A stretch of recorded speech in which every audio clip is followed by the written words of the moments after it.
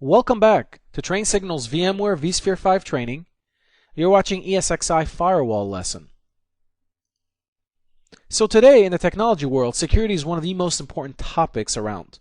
And in the virtualization industry and world specifically, security is a big issue. Now whether we like it or not, and contrary to popular belief, the use of virtualization increases the risk of security. VMware is well aware of that and is very security conscious. That's why you'll see that most or all of the VMware products are very high on security, specifically when it comes to vSphere and ESXi in particular. That's why ESXi, ESX was removed and now you have ESXi, which has a smaller footprint, so on and so forth. To increase the level of security and awareness within its products, VMware now introduces the concept of an ESXi firewall. So what we want to do in this lesson is focus on ESXi firewall. We're going to start off by talking about, well, what is ESXi firewall? How do I define it? We're going to talk about the configuration files, how you configure it, so to speak. How do you add rule sets to this particular firewall?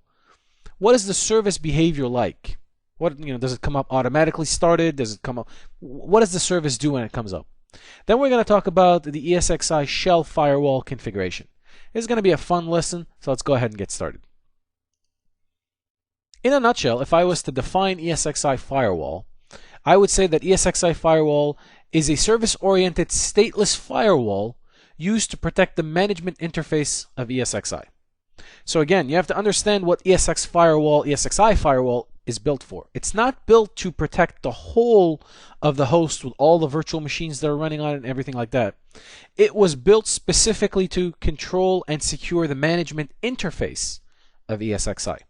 Remember, there's other products that VMware has that take care of application firewall, the edge, antivirus, and malware. All of those come under the umbrella of the vShield family, if I can say, of VMware products.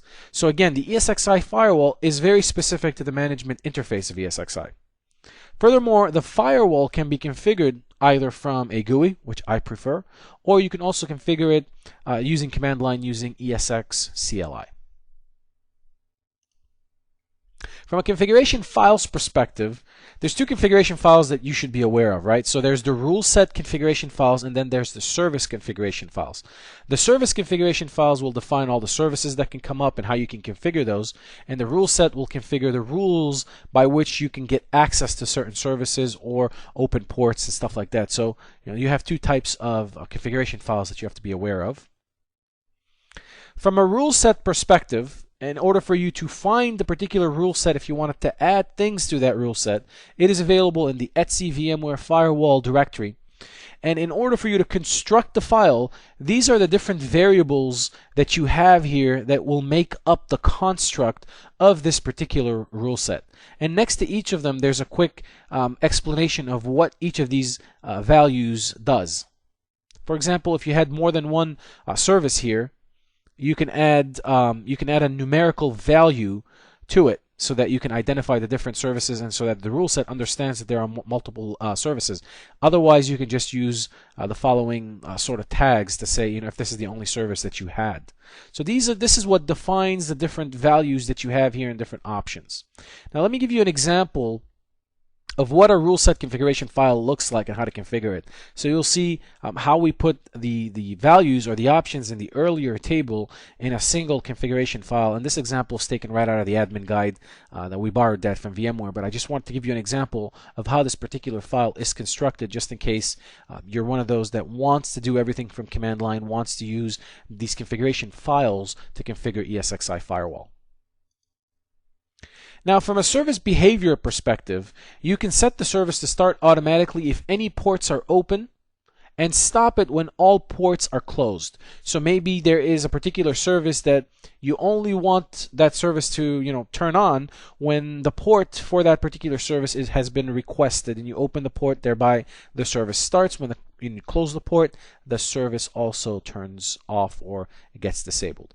You can obviously start and stop with the host. So you reboot the host, services start, you shut down the host, services stop. So it comes up and down with the host, or you can start and stop, start the services manually. So these are the three options that you have available for you from a services behavior perspective. Now, from an ESXi shell firewall configuration perspective, for those of you that don't want to configure ESXi from the GUI, that want to go through shell, that want to configure it from command line, these are the different commands that you can use against the firewall in order for you to configure it. Now, there's a bunch of commands here with a description that I've also put on the screen for you guys in case you wanted to configure your firewall from command line. What we're going to do is we're going to use the GUI, and I'm going to show you how to get through the GUI and configure it, which will make it a little easier. But again, if you wanted to script anything, or if there's anything in particular where you prefer to use command line, then I've made that available as well. All right, so let's go ahead and get started. I'm going to switch over to our virtual center, and I'm going to show you how to configure ESXi firewall through the GUI. All right, so from the home screen of our virtual center server, I'm going to click on hosts and clusters, and then I'm going to select one of the ESX hosts that I have access to, and then I'm going to go to the configuration tab. On the left down here, I'm going to click on security profile, and you'll see that you have the firewall that's listed right away, so you'll see that immediately. You have the security profile up there, and you also have the lockdown. So if you wanted to lock down ESXi, you have lockdown mode down here where you can enable that as well. But first of all, if you're looking at the firewall, it gives you a quick summary, a quick snapshot of what's going on. It gives you the names of the services, which ports, and what's happening here from if they're open or closed, what's going on exactly.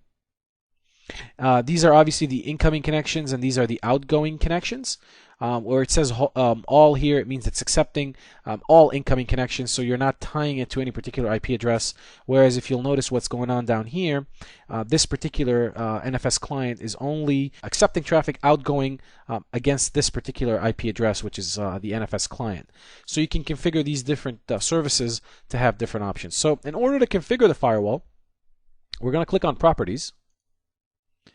And as soon as you come in here, you have a couple of different options. First of all, you'll see how it's configured by default, and you'll see that you also have two tabs whereby you can configure it. If you click on the Firewall tab, your options are to allow connections from any IP address, or you can limit it so it's only accepting connections from a particular IP address that you select. So again, this allows you to lock it down even more if you wanted to.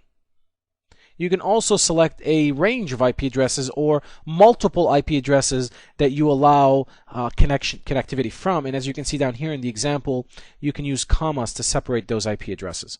So again, for now, we're going to keep it at the defaults.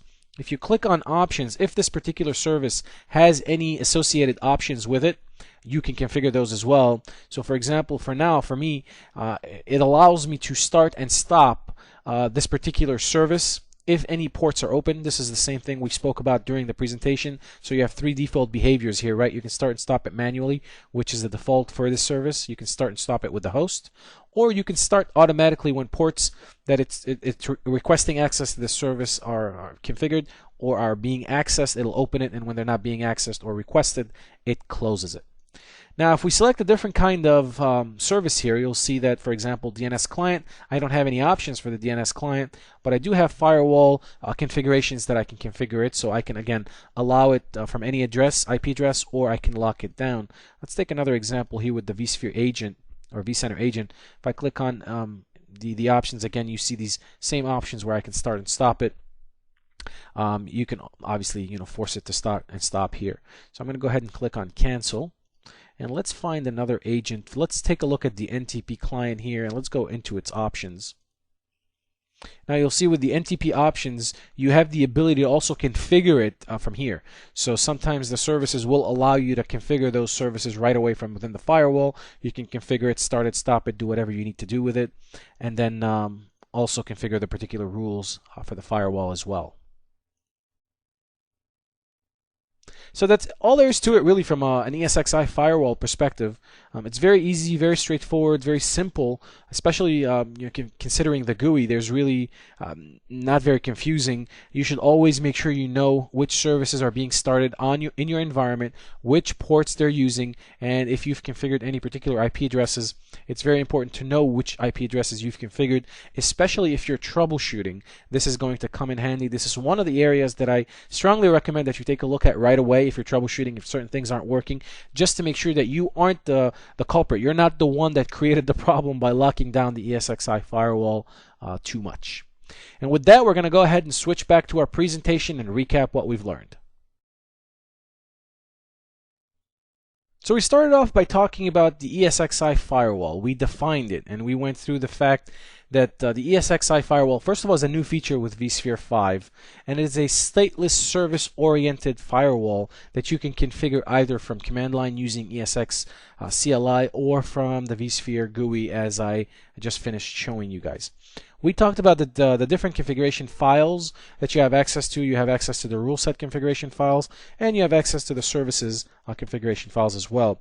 We talked about the different rule set adds. I showed you the location where you can find the rule set add file, and I showed you the different options and values that you can assign to them. And we also went through an example of how to construct that particular file if you wanted to. We then talked about the service's behavior, or the service behavior. How does the service start and stop? So we talked about the fact that it can start when one of its ports is being requested, so it starts the service, and when there's no traffic or the port isn't being requested, the service stopped. We talked about the fact that it can start and stop with the host on startup, when the host starts up or shuts down. And we also talked about the fact that you can start it and stop it manually. And then finally, we talked about the ESXi shell firewall configuration, and I showed you the different commands that you can use from a shell perspective to configure ESXi, and it's all, or the ESXi firewall, and it's all done through ESX CLI. With that, I hope this lesson was informative for you, and I'd like to thank you for viewing.